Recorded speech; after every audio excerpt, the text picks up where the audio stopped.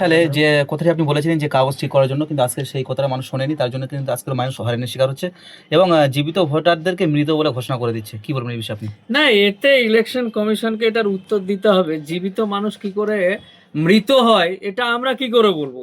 এটা ইলেকশন কমিশনের উত্তর দিবে। ওই জীবিত মানুষগুলোকে যাদের মৃত ঘোষণা করেছে তারা ভূত এবং কঙ্কালের মতন গিয়ে যখন ইলেকশন কমিশনের ঘাড়ে চেপে বসবে তখনই বুঝতে পারবে যে মরাকে জীবিত আর জীবিতকে মরা কিভাবে করে।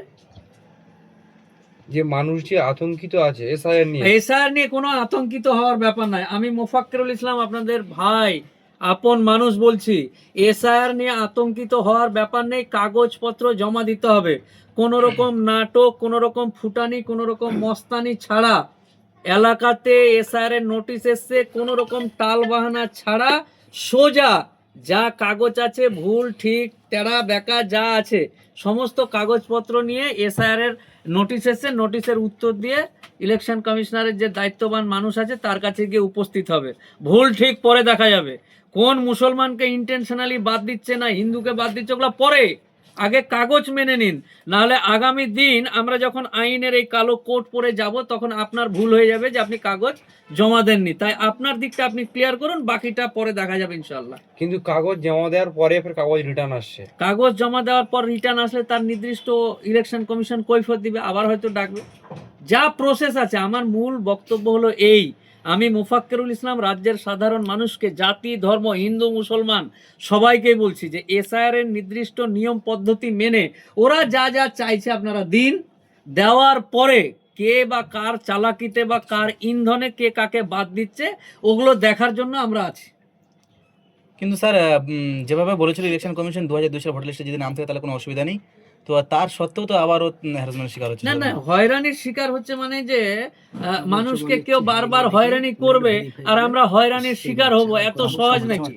আমরাও দেখছি এটা প্যারামিটার থাকে, প্রত্যেকটা মানুষের একটা লোড ক্যাপাসিটি থাকে, প্রত্যেকটা মানুষের প্রত্যেকটা জনগণের একটা প্যারামিটার আছে, লোড ক্যাপাসিটি আছে। ক্যাপাসিটির বাইরে যাবে তখন নির্দিষ্টভাবে তারা উত্তর পাবে। আচ্ছা, অনেক জায়গাতে দুবার করে হিয়ারিংয়ে ডাকার পরে তারা কোনো রিসিভ দিতে চাইছে না বিএলআররা।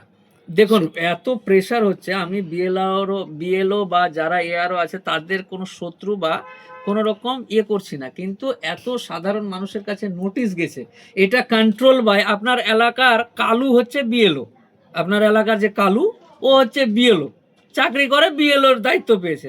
তো কালু সব জানবে আর কালুর ক্যাপাসিটি এত যে আপনার সব করে দিবে এটা নয়। ইলেকশন কমিশন যেভাবে মনিটরিং করছে, controlled by election commission, not BLO. বলে বিএলওর উপর রাগ করে এর উপর রাগ করে লাভ নেই। সুইচ খুলছে, সুইচ বন্ধ হচ্ছে, অ্যাডমিট নিব না, এগুলো টোটালটা কন্ট্রোল করছে ইলেকশন কমিশন। তাই কারো উপর কোনো দোষ বর্তায় না বা কারো উপর কোনো রকম সমস্যা যাবে না। প্রত্যেকটা প্রশ্নের উত্তর বা কৈফিয়ত ইলেকশন কমিশনকে দিতে হবে, আর যেগুলো আমরা নেওয়ার জন্য প্রস্তুত আছি।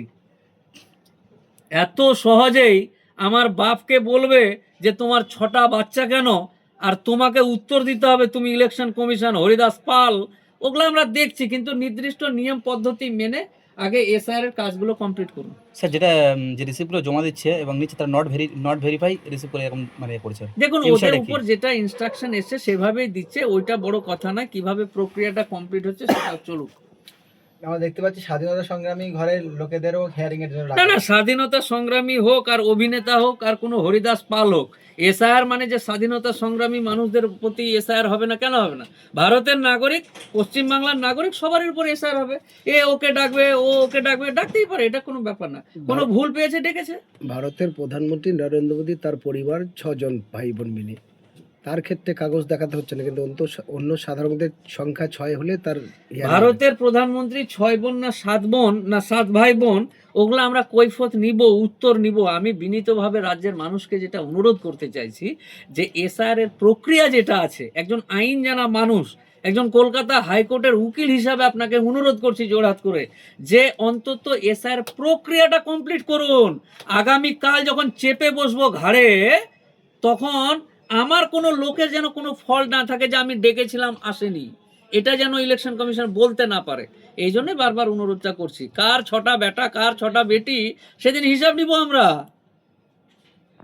আমরা দেখলাম গত 18 তারিখে বারাইপুর খোদাবাজারে 2 জন খাসি বিক্রেতা মুসলমানের উপরে অকথ্যভাবে অত্যাচার করা হয়, প্রাণে মারার অপচেষ্টা করা হয়, কি বলবেন এটা? না, এই বিষয়ে আমার জানা নেই, এই বিষয়ে বলতে পারবো না।